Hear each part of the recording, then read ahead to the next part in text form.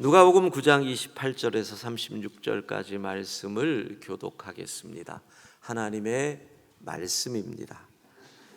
이 말씀을 하신 후 8일쯤 되어 예수께서 베드로와 요한과 야고보를 데리고 기도하시러 산에 올라가사 기도하실 때에 용모가 변화되고 그 옷이 휘어져 광채가 나더라. 문득 두 사람이 예수와 함께 말하니 이는 모세와 엘리야라. 영광 중에 나타나서 장차 예수께서 예루살렘에서 별세하실 것을 말할세.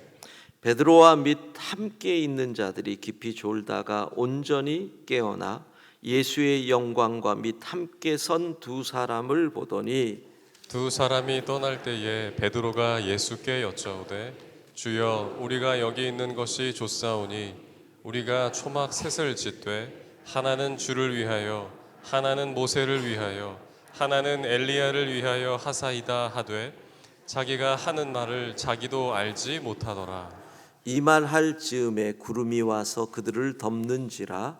구름 속으로 들어갈 때에 그들이 무서워하더니 구름 속에서 소리가 나서 이르되 이는 나의 아들 곧 택함을 받은 자니 너희는 그의 말을 들으라 하고 함께 읽습니다. 소리가 그침에 오직 예수만 보이더라. 제자들이 잠잠하여 그 본 것을 무엇이든지 그때에는 아무에게도 이르지 아니하리라. 아멘. 자, 역대하 7장 14절 오늘 또 마지막 날이니까 점검하고 가야지요. 우리 함께 읽도록 하겠습니다. 역대하 7장 14절. 내 이름으로 일컫는 내 백성이 그들의 악한 길에서 떠나 스스로 낮추고 기도하여 내 얼굴을 찾으면 내가 하늘에서 듣고 그들의 죄를 사하고 그들의 땅을 고칠지라. 역대하 7장 14절 말씀. 아멘.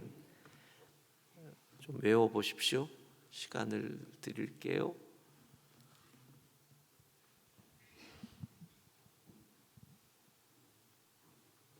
이 정도 했는데도 기억이 안 나시면 그냥 그런가 보다 하시고 스트레스는 받지 마셔요.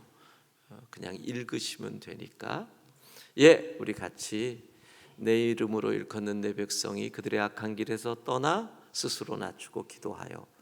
이렇게 다 같이 암송합니다. 시작.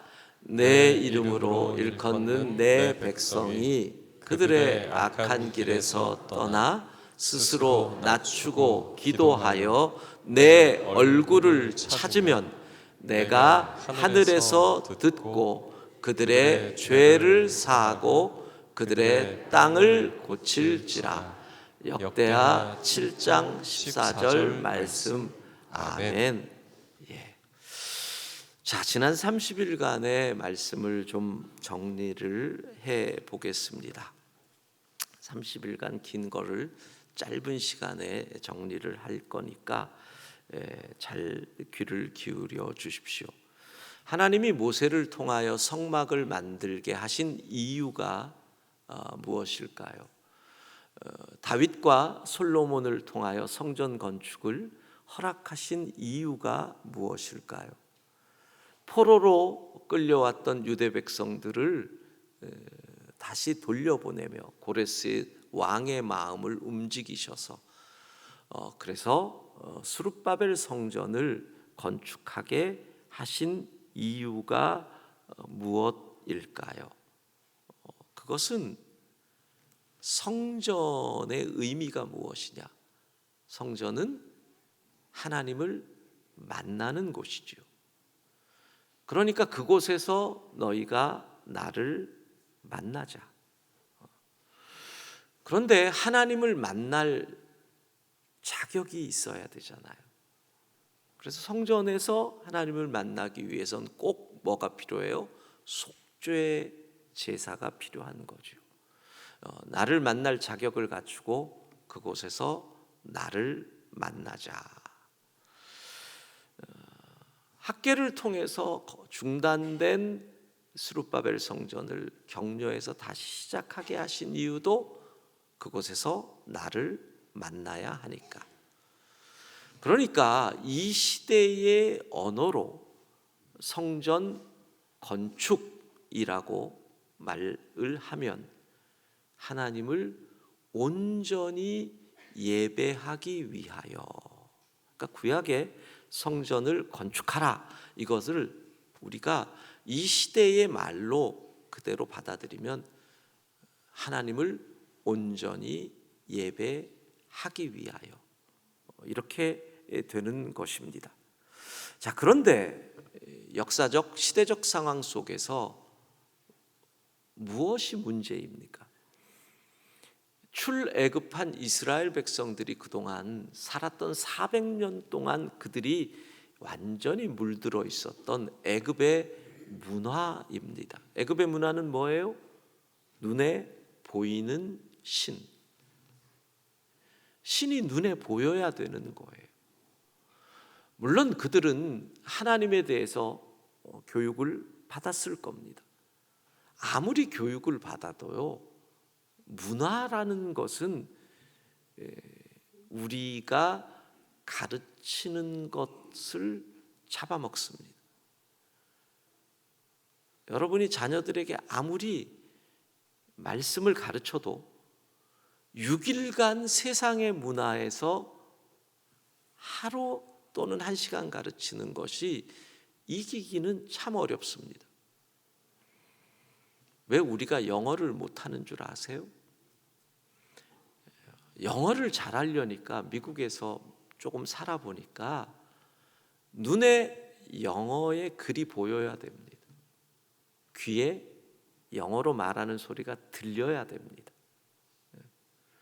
텔레비를 켜든 뭐를 켜든 한국말이 아니라 영어가 들려야 됩니다. 보이고 들려야 됩니다.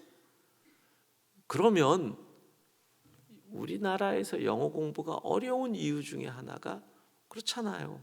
아무리 해도 한글 들리고 한글이 보이니까.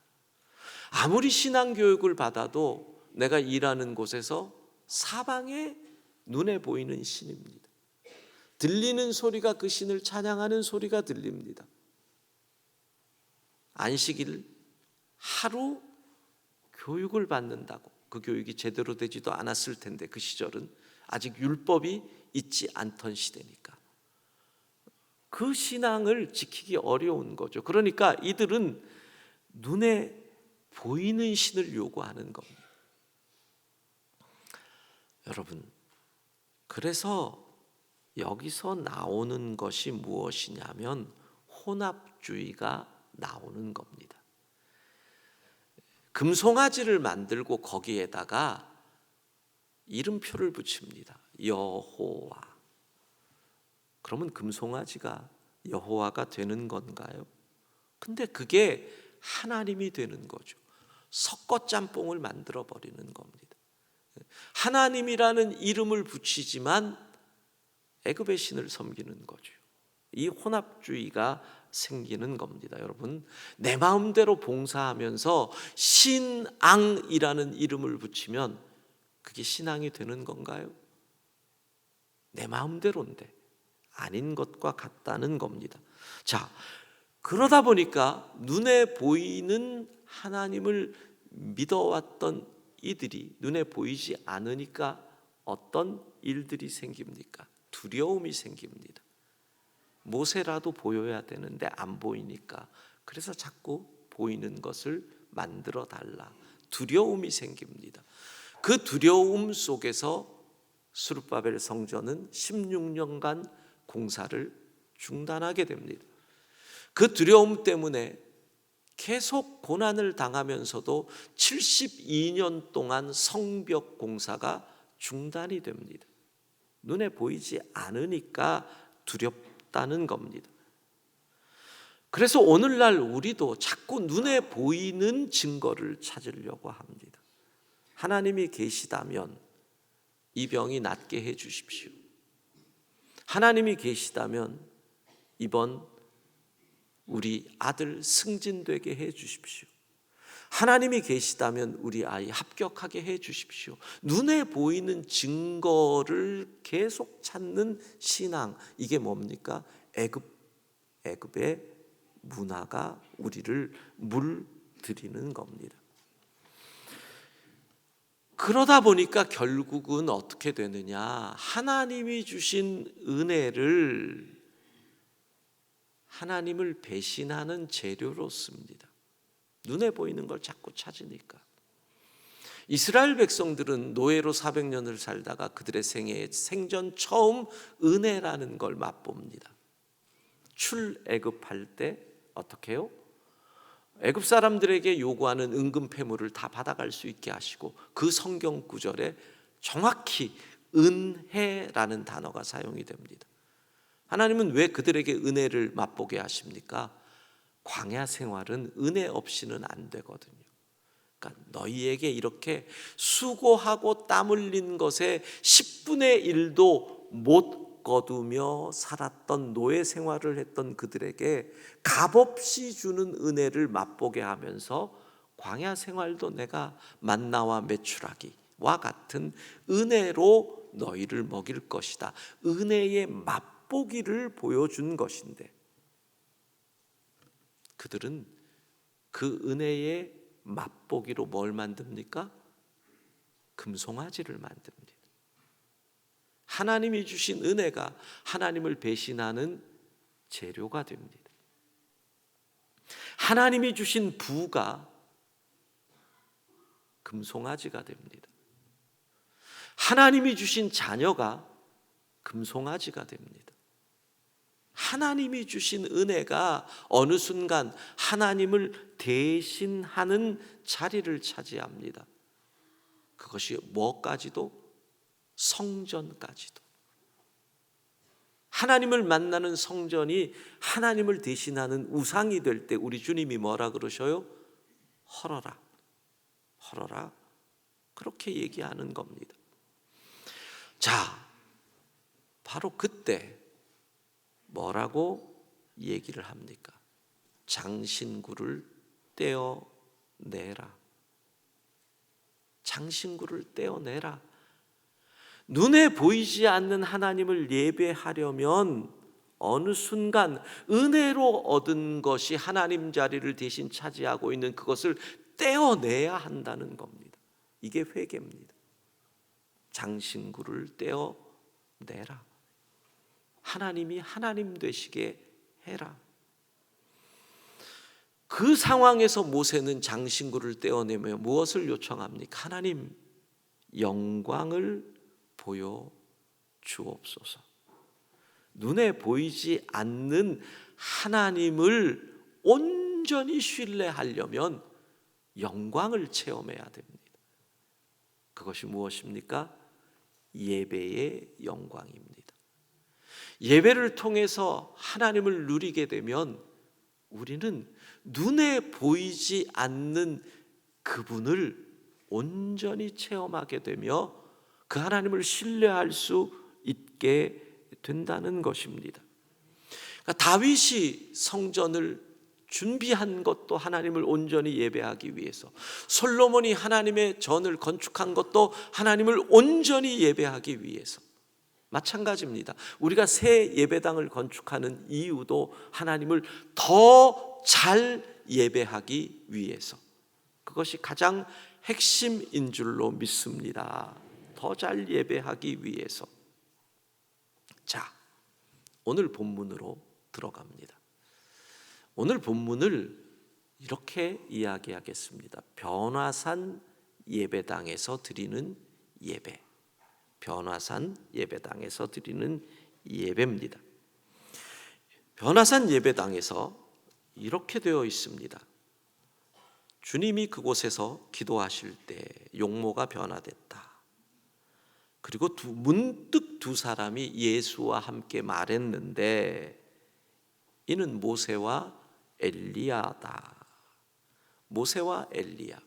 모세는 율법을 대표하죠. 모세오경 율법을 대표합니다. 엘리야는 선지자 중에 선지자를 대표합니다. 우리가 구약을 뭐라고 얘기합니까? 율법과 선지자 이렇게 얘기합니다. 즉 모세와 엘리야와 대화했다라는 것은 구약의 대표와 신약의 대표이신 예수 그리스도와의 만남을 얘기하는 겁니다. 신구약 성경의 완성이지요. 그런데 자 31절입니다. 같이 31절 읽습니다. 영광 중에 나타나서 장차 예수께서 예루살렘에서 별세하실 것을 말할세. 무슨 대화를 했느냐 하면 놀라운 겁니다. 예수님이 예루살렘에서 십자가 지실 것을 말씀을 나누셨습니다. 이것을 조금 비유로 얘기하면 지금 예수님이 변화산 예배당에서 설교를 하시는데 설교의 내용이 뭐냐? 내가 십자가를 짐으로 성경이 완성된다. 율법에서 얘기한 속죄의 제사를 단번에 모든 일을 위한 속죄의 제사를 내가 십자가에서 제물됨으로 율법이 완성될 것이다. 선지서에서 얘기된 그가 찔림은 우리의 허물을 인하며 그가 상함은 우리의 죄악 때문이라.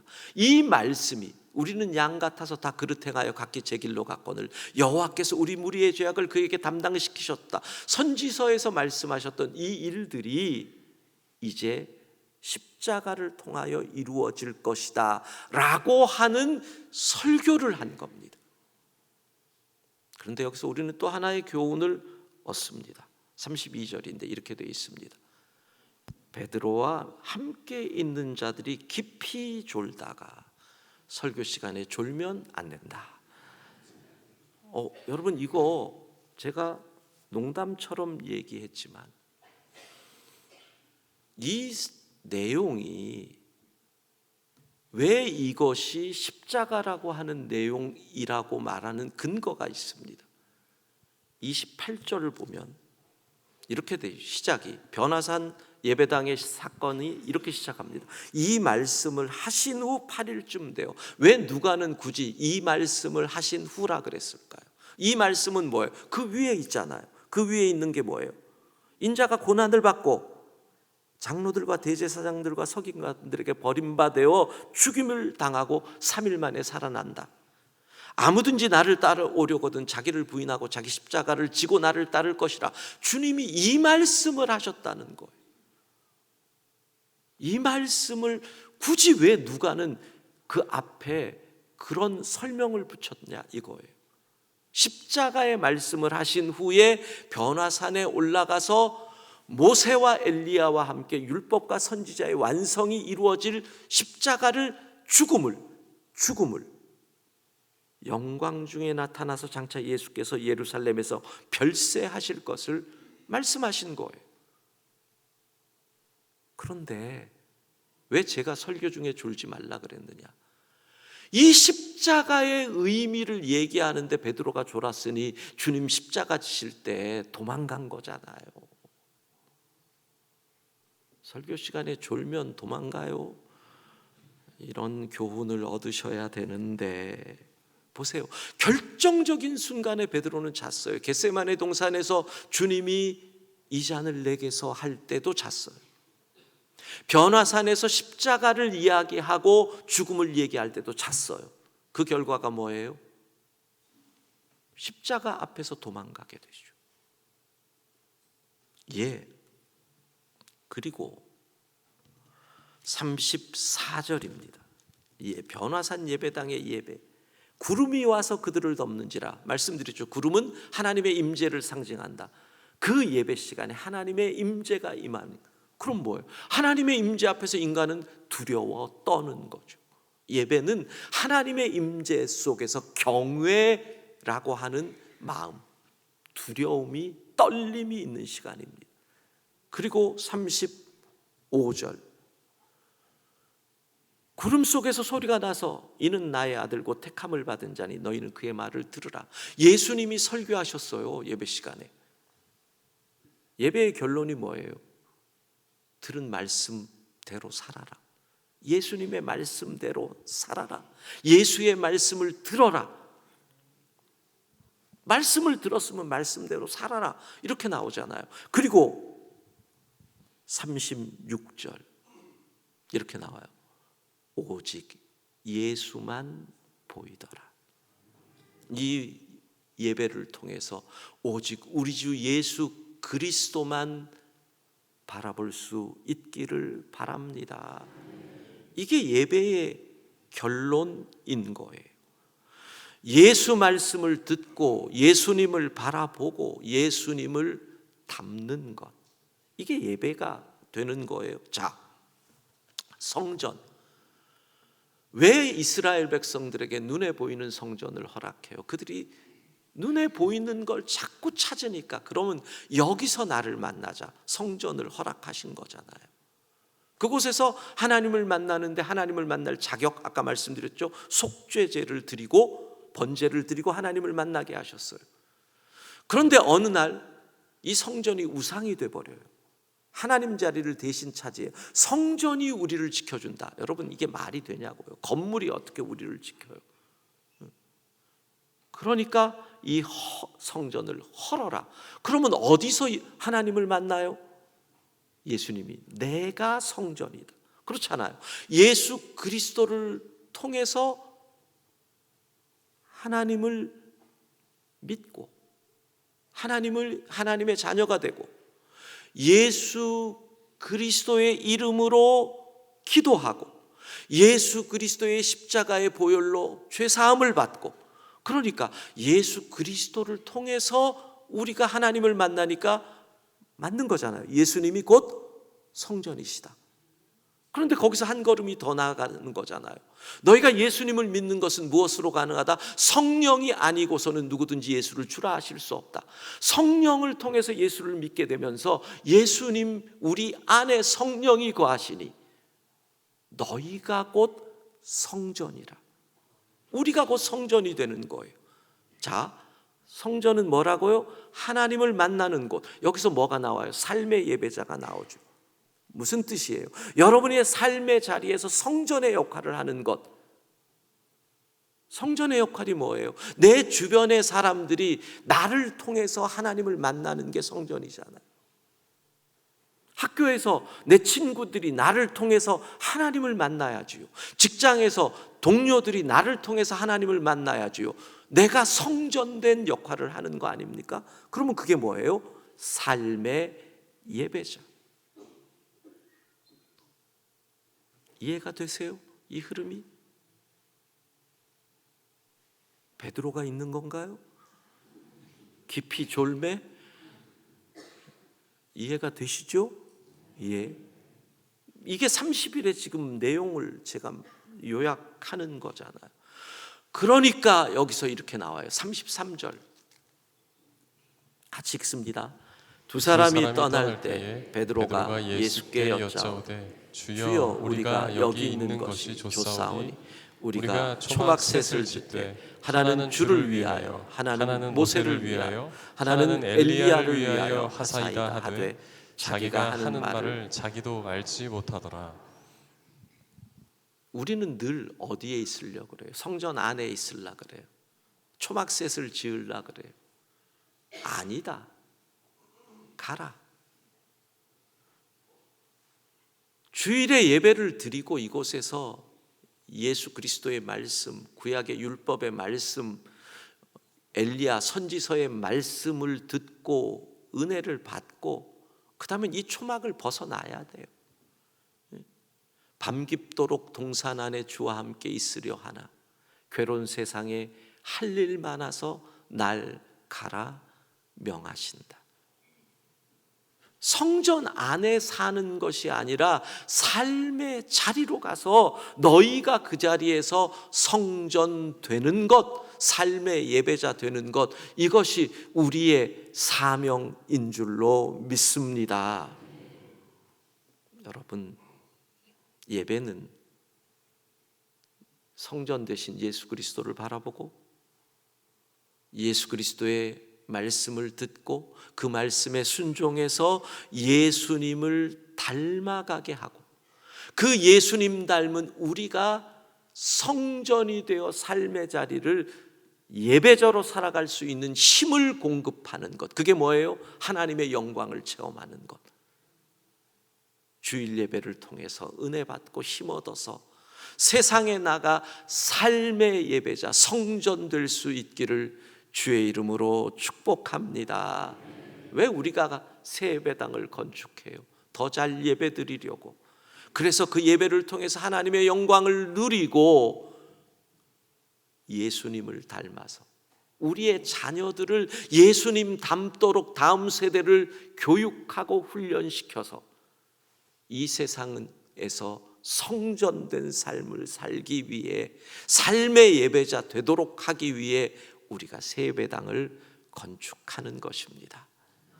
우리는 삶의 예배자인 줄로 믿습니다. 기도하겠습니다. 하나님, 예수 그리스도를 믿음으로 하나님의 자녀 되고 예수 그리스도를 통해 죄사함을 받고 예수 그리스도의 이름으로 기도함으로 우리가 성전 되신 예수님을 통하여 하나님을 만날 수 있게 하시니 감사합니다.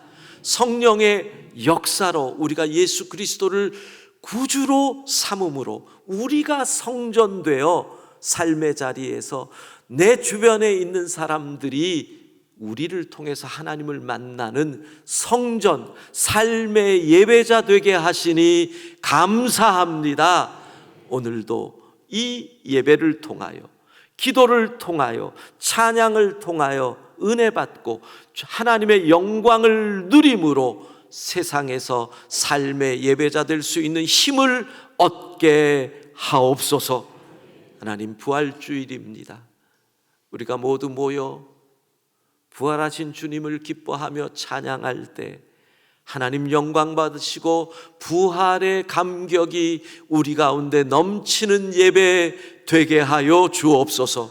전 세계 곳곳 고난당하는 땅, 저 북한 땅, 중동 땅, 전쟁이 있는 우크라이나, 그 땅에 부활의 역사, 생명이 회복되는 역사, 모든 것이 치유되고 새로워지는 부활하신 주님의 은혜가 임하게 하옵소서. 예수님 이름으로 기도합니다. 아멘.